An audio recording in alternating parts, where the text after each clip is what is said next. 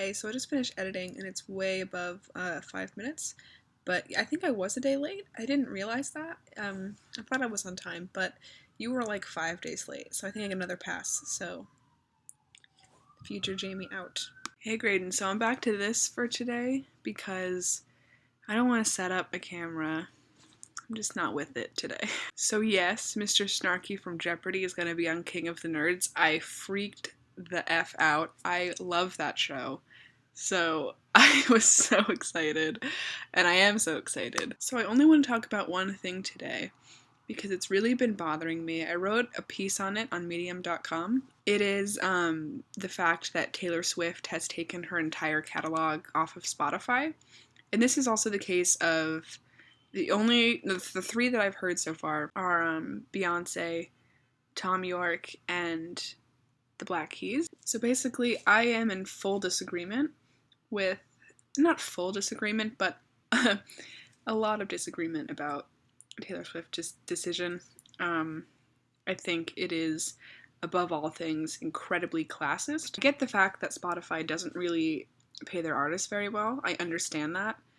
But at the same time, when you're Taylor Swift or you're Beyonce or hell, even the Black Keys and even Tom York, I mean, I think he kept Radiohead on there, which is like the most marketable.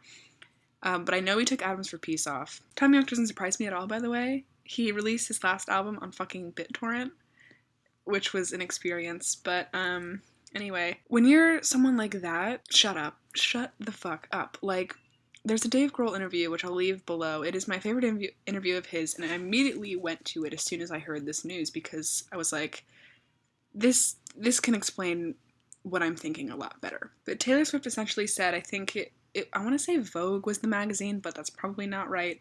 Wall Street Journal? I think that's it. Vogue and Wall Street Journal. Okay. She said that art, I'm going to read the exact quote actually, because I don't want to misquote her. Okay, so she said, music is art, and art is important and rare. Important and rare things are valuable. Valuable things should be paid for. It's my opinion that music should not be free, and my prediction is that individual artists and their labels will someday decide what's an album price point is. Whatever, that last bit is irrelevant, but the thing that music shouldn't be free is really what gets to me. Her insistence on her fans buying her CD, like, physical or on iTunes is really annoying to me.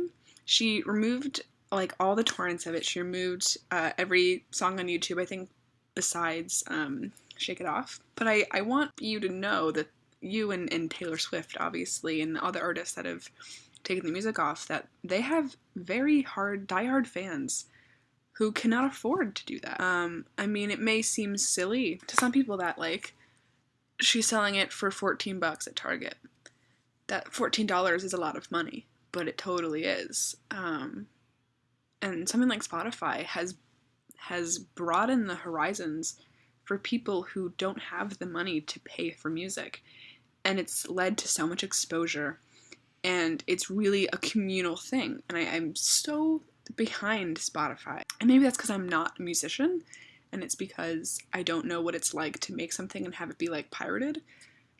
But Taylor Swift has a ton of fans. Like, she has 46.2 million on Twitter.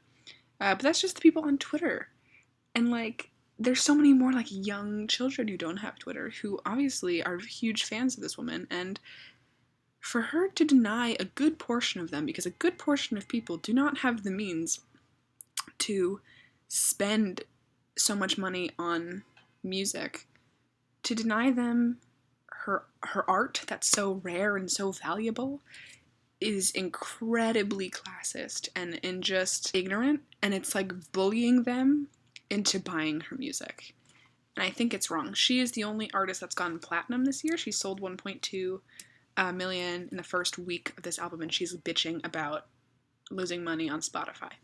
Which I read that Shake It Off alone, the song Shake It Off, made $84,000 in 1 week from Spotify. So, but to her that's nothing. That's a little tiny, like that's like the cost of a music video for her.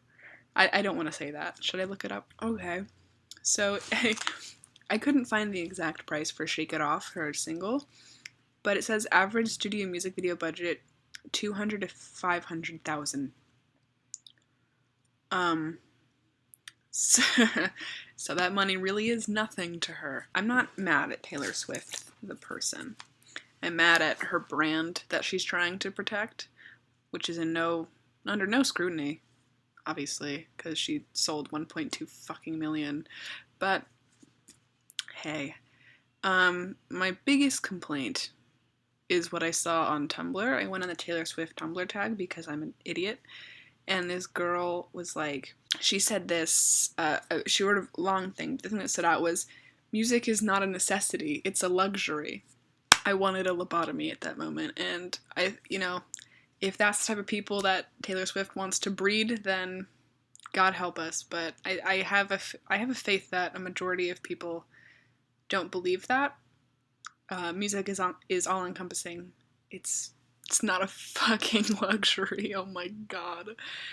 Anyway, I think I've gone over.